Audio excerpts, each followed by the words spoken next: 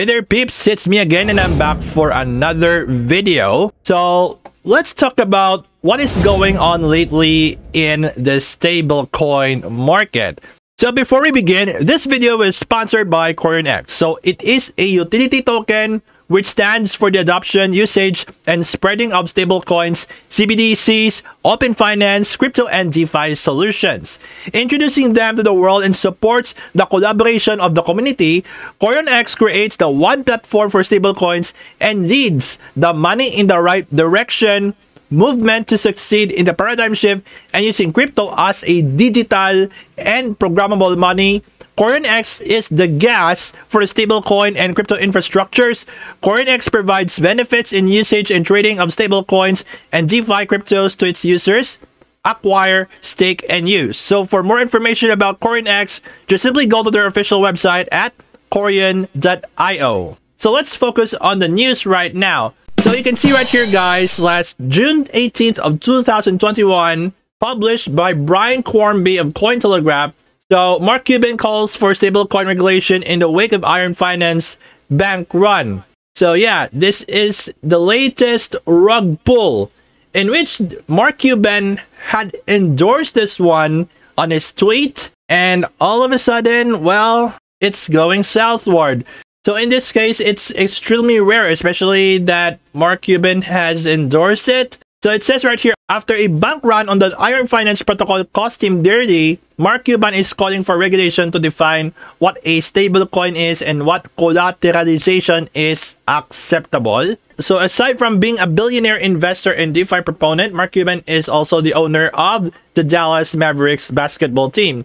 So he has called for stablecoin regulation after losing money on what he dubbed as a rug pull on the Iron Finance protocol. So speaking of the rug pull, we are no stranger of it because we've been there before until now, right here on the decentralized finance industry. So this is how we play the game. So there's a chance that our funds would be turned to dust if we don't do our own research before we are going to put our money in that decentralized finance project. So according to Iron Finance, a partially collateralized stablecoin project was the subject of a historical bank run that resulted in the price of the Iron stablecoin moving off peg. So as a consequence, the price of Iron's native token Titan crashed by almost 100% over 2 days from its all-time high of $64. So imagine that. All-time high was $64 and all of a sudden it plunged back to almost zero. So speaking with Bloomberg on June 17th, Mark Cuban blamed himself for being lazy and not doing enough research. So this is what usually most of the players in the DeFi space are doing because they are so tired in doing their own research and instead going for the hype. It's like when the community said, oh, this coin is going to go times 100, times 1000. So without even doing our own research, all we have to do is to get in immediately so that we don't miss. So this is a FOMO syndrome, and as a result, for not doing our own research, our coins have turned into dust. So it's my own experience back then when I have invested into some meme coins without doing my own research, and then all of a sudden, boom, I am at a huge loss, and we just have to learn our lesson. And it's not right as well to sell at a loss. Okay, so it also raised questions surrounding the regulation of stablecoins. So you can see right here in a quote, there should be regulation to define what a stablecoin is and what collateralization is acceptable. Should we require $1 in US currency for every dollar or define acceptable collateralization options like US treasuries? So Cuban said, even though I got rugged on this, it's really on me for being lazy. Yeah. So Cuban said, and I quote, even though that I got rugged on this, it's really on me for being lazy. The thing about DeFi plays like this is that it's all about revenue and math, and I was too lazy to do the math to determine what the key metrics were. So it's a lesson learned because Mark Cuban is an influencer. So once he promotes something, a lot of his followers are also getting bored on his train. So you can see the tweet of DCF God. Why is it that every time we win an influencer, they turn around and go full whack? Cuban went degen to let's have the US regulate smart contracts from Anon devs Elon went from BTC is money to environment nightmare. All we have left is Toby, and he just verified is BitClout.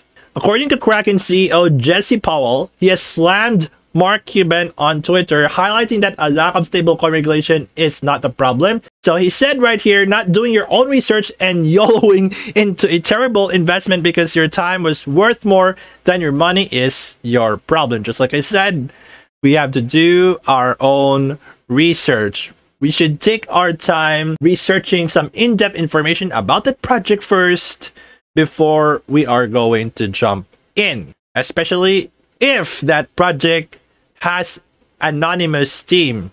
It's very high risk for us to join in a project with an anonymous team or not revealing their real faces and their LinkedIn accounts. Yeah, it's a lesson learned for us anyway. And when it comes to the stable regulation, so it's currently under the spotlight from US lawmakers as they consider how to regulate the rapidly evolving sector. So last December of 2020, a bill dubbed the Stable Act was introduced, which would require stablecoin issuers to obtain a banking charting and comply with traditional banking regulations. Okay, so guys, what is the meaning of this one? All right, not all influencers are perfect. We are not perfect. If they're going to promote something like this one, there are no guarantees that we will go times 10, times 50, times 1000 or something like that. There are risks as influencers are making mistakes as well.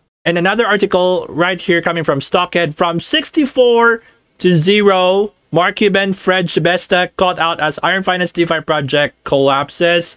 So you can see the chart right here, guys. Okay, so from $2 and it pumps to as much as 64 and then went to 0. However, if you are that investor who luckily bought it at 2 and sell it at the top, well then congratulations. For those who bought high and, well, you know, it's down to 0, well, it's a lesson learned for you, and it's not good to sell at a loss, by the way. Okay, the market is so unpredictable right now, so you cannot really predict, like, okay, this one will go up on the next day, this one will go down on the next few days. You always have to acknowledge the risk, and of course you need to equip yourself with risk management. So you can see right here, guys, the Binance Smart Chain project was a fork of Frax, an algorithmic stablecoin that Stockhead wrote about earlier this month. So Iron Finance consisted of the Iron stablecoin and the Titan and Steel share tokens, and some users have reported making as much as $1,000 a day on a 25,000 investment in the project, a whopping daily percentage rate of 4.5%. In Mark Cuban's blog, he said that he was getting an annualized return of about 206% on his $75,000 investment, and he gave enough details that Redditors were able to track down his wallet 2 days ago, further hyping this project. And large investors, or what we call as whales, in Iron Finance began to cash out as the token mooned. So the project wrote in a post-mortem, these whales are so smart enough to cash out while it peaked, so they paid attention to the charts.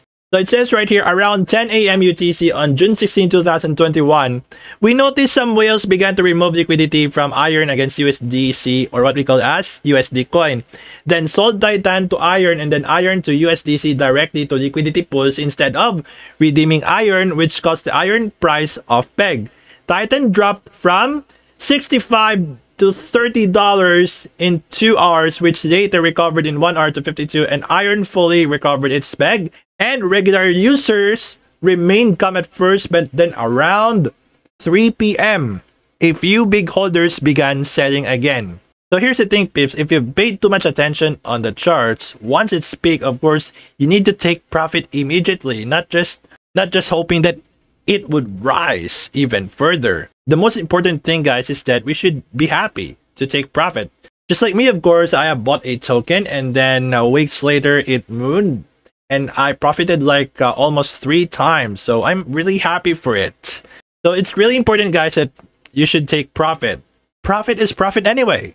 If we continue right here, guys, this time after they started, a lot of users panicked and started to redeem Iron and sell their Titan, basically cashing out completely from this project Iron Finance wrote. So it causes a negative feedback loop as more Titan was created as a result of Iron redemptions and the price kept going down. A classic definition of an irrational and panic event, also known as a bank run.